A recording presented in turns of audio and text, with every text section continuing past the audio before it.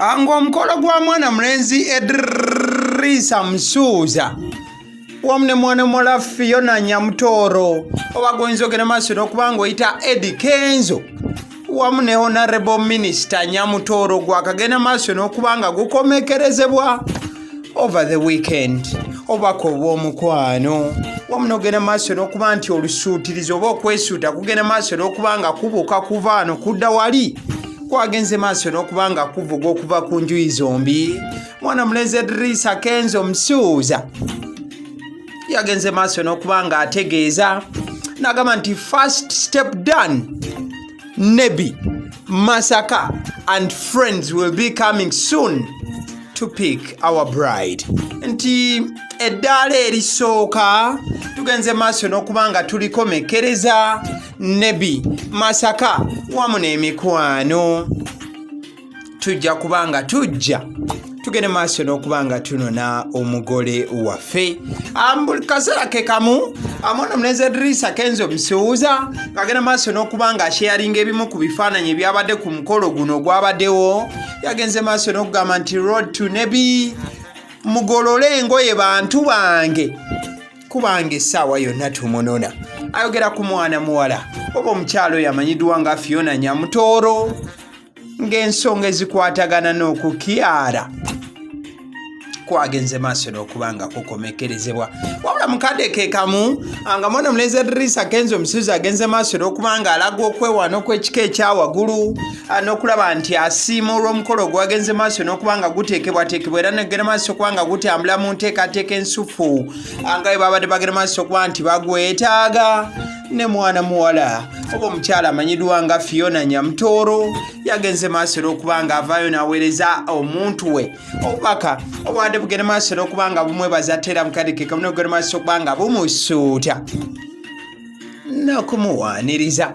Yagambye nti the best man in the world is my best friend.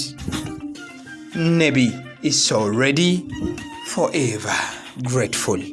Mwana muwala Fiona Nyamutooro ng'agamba nti omusajja akyasinze mu nsi yenna ate ye mukwano gwe asinga. Fiona Nyamutooro n'atukakasa nti nga Eddie Kenzo bwe yeesunga okugenda e Nebbi naye n'akakasa nti amazima gali nti ab'e Nebbi beeteefuteefu okulaba nti mwana mulenzi Edrisa Kenzo Msuuza bamwaniriza ewaka ate bagere maaso n'okuba nga akyana kiwala kino ki Fiona Nyamutooro bakimuteera agende maaso n'okuba nti akyetika akiteeke mu nzirusi akireeta e Kampala obufumbo bugende maaso n'okuba nga bukwajja mu mbeera efaananako bwetyo. So mukadde ke kamu mwana muwala ono oba omukyala Fiona Nyamutooro yagenze maaso n'okuba nti yagattako obubaka obulala obugenda maaso n'okuba nti nno bukuba abawulira nti nno balina ennooma n'agamba nti too much more laughter, unbounded joy and unprecedented love. Nti eri essanyu eddala erikyeyongera okuba nga lijja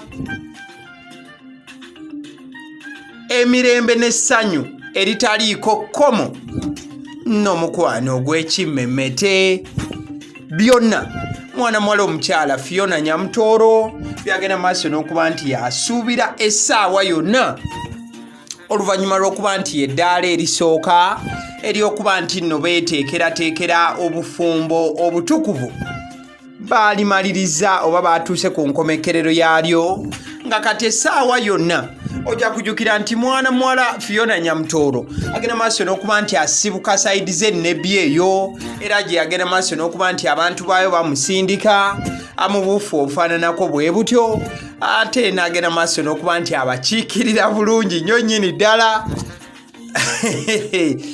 Wabula tubadde tuli awo. The internet never forgets.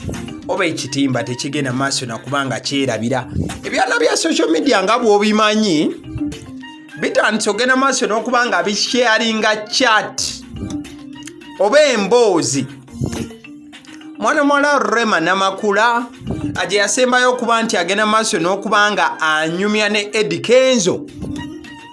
Rema we yali abulayo ebbanga ttono nnyo oba ennaku ntono nnyo omukolo gwe ne Dr. Sebunya gugende maaso n'okubanga gutinta. Mu mboozi eno yaliwo ng'ennaku z'omwezi 18 Julayi omwaka ogwa 2019, Rema Namakula yali yeeteekerateekera omukolo gwe. Wano no yakozesa omukutu ogwa WhatsApp n'agenda maaso n'okuba nti aweereza Eddy Kenzo obubaka obwali bugenda maaso n'okuba nga buyungula amaziga n'okuba nti bumenya omutima eri Kaana Kambaata. Yamugambira nti salaamu alaikum Sebo, I'm hoping all is well. I'm here to inform you that I finally got into a serious relationship and I'm soon moving forward with legalizing our union. I felt it's better I inform you personally. Nti salaamu alaikum Sebo, ndowooza buli kimu kirungi. Ndi wano genda maaso n'okubanga nkutegeeza nti nayingidde omukwano gw'ekimemmeto ogwa ddala, era gye bujja mu maaso awo ngenda kubanga nkola omukolo mankubuula.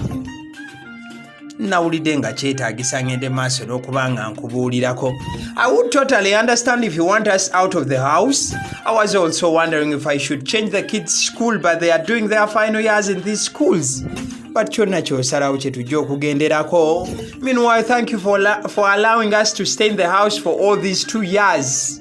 After you left, bless you. Wano no Rema Namakula yagenda maaso n'okubanga agambira Edrisa Kenzo Msuuza nti ekyabaana okuba nti tubakyusa amasomero kinaava kusalawo okwo, wabula nandyetaaze bagende maaso n'okubanga ge bamaliramu emisomo gyabwe kubanga batuuse kadde ak'enkomerero. Era Rema yeebaza Eddy Kenzo olw'okuba nti yabakkiriza okusigala mu nju ye okumala emyaka 2 nga Eddy Kenzo yali yagenda maaso n'okuba nti ayamuka amaka gano. Mwana muneze Eddy Kenzo naye yagenda maaso n'okuba nga akuttira Rema Namakula akabaluwa oba n'amuddiza obubaka n'amugamba nti I'm happy for you Mama Amal. I think you know how much I love you as a person. I will always be there for you. We are family for life. Good luck in your new chapter, mashallah. About the house, take your time till you feel you need to go. For the kids, let them finish exams. They will start next year, first term at Awit, inshallah. Mwana mlenza Eddy Kenzo ye yagenda maaso n'okuba nga addamu nkola ya kintu kikulu, n'amugamba nti ndi musanyufu gy'oli Maama Amal obanga wafunye obufumbo obunyuvu era obusufu. Okimanyi bulungi nti nkwagala nnyo nnyini ddala ng'omuntu, era ndibeera famire ebbanga lyonna gy'oli. Mu bufu ofaananako bwe butyo, ku kyennyumba twala obudde bwo woonayagalira woonagenda maaso n'okuba nti ogendera.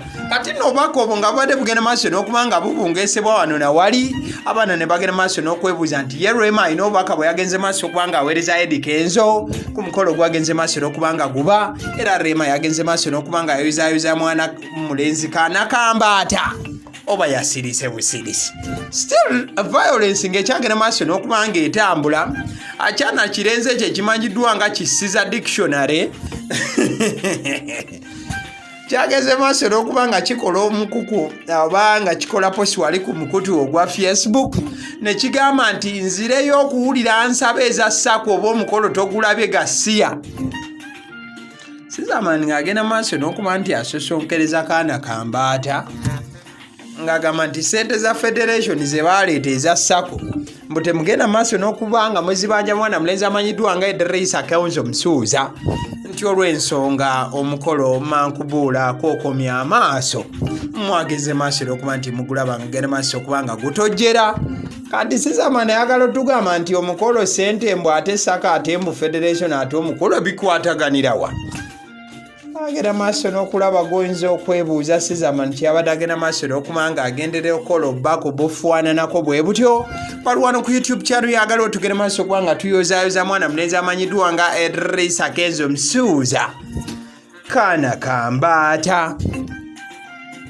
Kaana Kambaata kagenze maaso n'okuba nga kafuna n'akabika n'anagenda maaso n'okuba nti akalabirira mu buufu obwo. Abasiddi omusunsuzi erinnya lyange liking a video, thank you.